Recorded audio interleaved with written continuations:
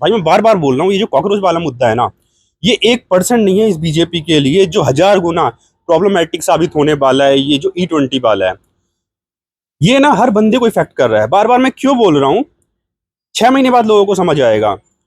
उसका एक छोटा सा एग्जाम्पल देता हूँ। ये जो आपने कुछ दिनों पहले सुना होगा कि सुप्रीम कोर्ट में अटर्नी जनरल एक्सेप्ट किया कि हम इसको एज ए एक्सपेरिमेंट के तौर पर देख रहे हैं अक्टूबर तक। बाद में सरकार ने उसको डिनाई किया। आक्रोश देखा लोगों का कि भाई तुम हमारी गाड़ियों पे एक्सपेरिमेंट करोगे, मतलब तुम एक्सपेरिमेंट कर रहे हो अभी, और तुमने लागू भी कर दिया। तो तब इन्होंने जस्टिफिकेशन दिया, सफाई दी अपनी कि भाई नहीं, ये तो हमारा ऐसा कोई मतलब नहीं था। लेकिन मतलब वही था, सारे लोगों ने देखा भी है।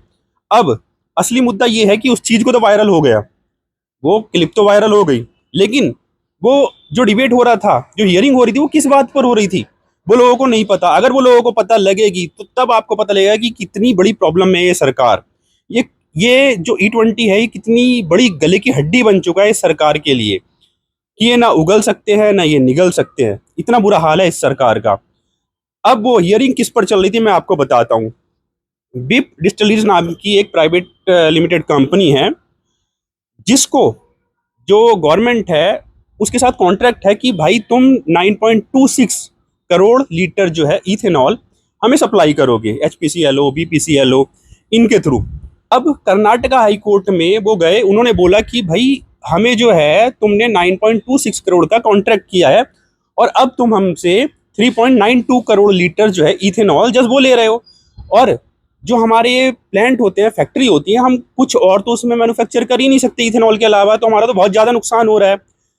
तो गवर्नमेंट जो कमिटमेंट दिया था उनको, जो कॉन्ट्रैक्ट किया था, उसके आधे से भी कम उनसे ले रहे हैं। तो उस कंपनी ने केस कर दिया HPCL BPCL इनके अगेंस्ट, और कर्नाटका हाई कोर्ट ने उसके फेवर में फैसला दे दिया। अब BPCL वगैरह ये जाते हैं सुप्रीम कोर्ट में। सुप्रीम कोर्ट में ये हियरिंग चल रही थी।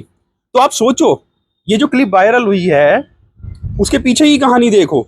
अब आपको समझ आ रहा है कि 2030 में जो डेडलाइन पूरी होनी थी वो 2025 में इन्होंने क्यों की। गवर्नमेंट की आज तक आपने कोई पॉलिसी देखी कि जो टाइम से पहले पूरी हो गई या टाइम पर भी पूरी हो गई, लेकिन आज ये पहली बार आपने सुना होगा कि 2030 में जो पूरी होनी थी 2025 में कर दी। वो इसीलिए की क्यों, क्योंकि इन जो कंपनीज है जिसके साथ इन्होंने कॉन्ट्रैक्ट कर रखे हैं कि हम तुमसे इथेनॉल खरीदेंगे भर भर कर, उनको ये तभी तो ये E30 बोल रहे हैं कि E30 लाओ, E20 लाओ, इतनी जल्दी कर रहे हैं। क्यों? क्योंकि जो उनके साथ कॉन्ट्रैक्ट किए हैं, उनको जो इन्होंने कमिट किया है कि उनसे इथेनॉल लें उस मात्रा में, लेकिन ये ले नहीं पा रहे हैं।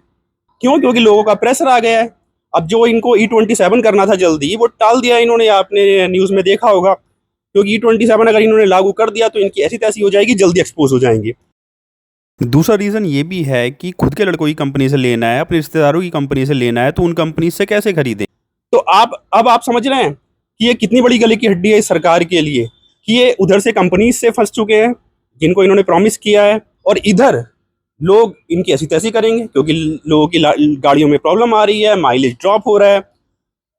तो अभी से आपको 6 महीने बाद ये समझ आ जाएगा कि, और इस सरकार को समझ आ जाएगा, अगर इसने पट्टा नहीं डाला अपने मंत्रियों के, जो दलाल सोशल मीडिया पर इनके हैं, और ये जो रोल बैक नहीं किया ना इन्होंने, तो भाई इनकी लिटरली लंका लगने वाली है, इसकी ऐसी तैसी होने वाली है इस सरकार की। और मोदी को तो पक्का ये लेकर डूबेंगे, ये मंत्री हों या मोदी हों। वैसे तो मोदी की भी इन्वॉल्वमेंट होगी, बिना कैबिनेट की सहमति के कहाँ अप्रूवल होते हैं ये सारे जो बड़े बड़े फैसले होते हैं।